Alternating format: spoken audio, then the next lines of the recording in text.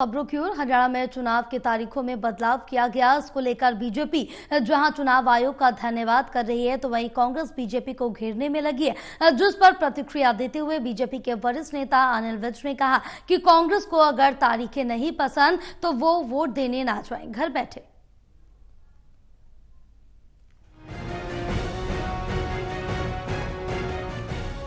चुनाव आयोग ने हरियाणा विधानसभा चुनाव के लिए हरियाणा के एआईसीसी प्रभारी दीपक बाबरिया के बयान पर ये पूरा प्रकरण अपरिपक्वता को दर्शाता है। इस पर प्रतिक्रिया देते हुए वरिष्ठ बीजेपी नेता और पूर्व गृह मंत्री अनिल विज ने कहा कि सभी लोग मतदान कर सकें, वोट प्रतिशत न घटे, क्योंकि उन दिनों छुट्टियां हैं, जिसके लिए चुनाव आयोग ने उनकी बात मानी है और इसके लिए हम उनके आभारी हैं। यदि कांग्रेस को ये तरीके नहीं पसंद तो वोट करने ना जाएं, घर बैठे। जिनको पसंद है उन्हें तो वोट करने दे। भाई हमने तो सभी लोग मतदान कर सके और छुट्टियों का जो चंक बन रहा था वो बाहर जाके परसेंटेज ना गिर जाए, हमने इसके लिए किया है और चुनाव आयोग ने हमारी बात मानी है। हम चुनाव आयोग के बहुत आभारी हैं। अब अगर कांग्रेसियों को वो तरीके नहीं पसंद है तो ना जा रहे वोट डालने, हमें तो पसंद है, हम तो डालने जाएंगे।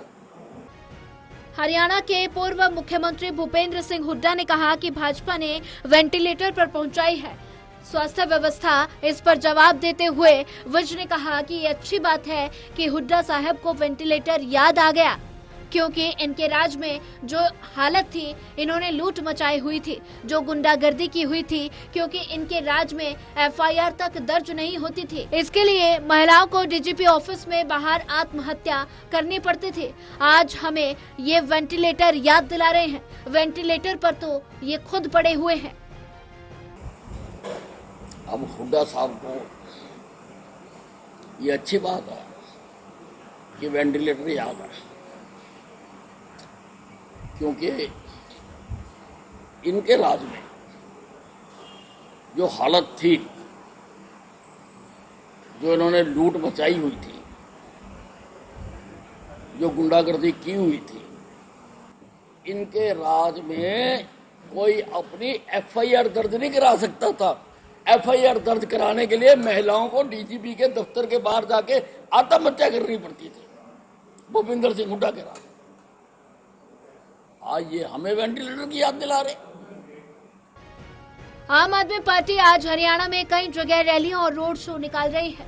विज ने तंज कसते हुए कहा कि आम आदमी पार्टी तो लोकसभा में दिल्ली में साफ हो गए, 7 की 7 सीटें भाजपा जीत गई, जबकि वहां उनका मुखिया है और हेडक्वार्टर है। देखिए, आम आदमी पार्टी तो रैलियां क्या, ये तो रैली, क्योंकि दिल्ली में साफ हो गई, 7 की 7 सीटें बीजेपी जीत गई दिल्ली से, जहां इनकी सरकार है, जहां इनका हेडक्वार्टर है, जहां इनका मुख्यमंत्री है। पंजाब में रैली,